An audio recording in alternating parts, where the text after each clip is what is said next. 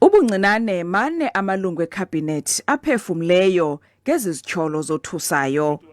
Kumphathiswa wezothutho oshiyayo kwesi sikhundla nokwangunobhala walo mbutho uFikile Mbalula omchaze uDirete njengomntu ofadeleyo kwenza umsebenzi wakhe nongumnxaxhi wasekunene.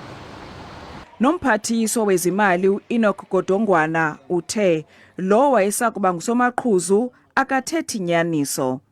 Umphathiswa wamaqumrhu karhulumente uPravin Gordhan ulumkise osomaqhuzu bamaqumrhu karhulumente ukuba bacezele kude kwinto ayibize njengengxoxo zasesidlangalaleni zezopolitiko, bagcine izimvo zabo ekhusini. Ngoku uMantashe ucela umngeni kuDirete ukuba abe nesibindi adize igama lomphathiswa athetha ngaye. All we need from our side is that he must not throw a stone in the bush. You see, he must say Minister X has said this, Minister Y has asked for a cut, and Minister Z has done this. That's all we want.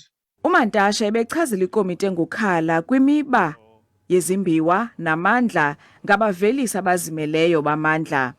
uMantashe ugxininise kwizimvo zakhe zokuba eyona nto ibalulekileyo kweli ngamandla axutyiweyo kwaye izikhululo zamalahle eziqhagamshelana novimba wombane fanele zisetyenziswe ngendlela eyiyo.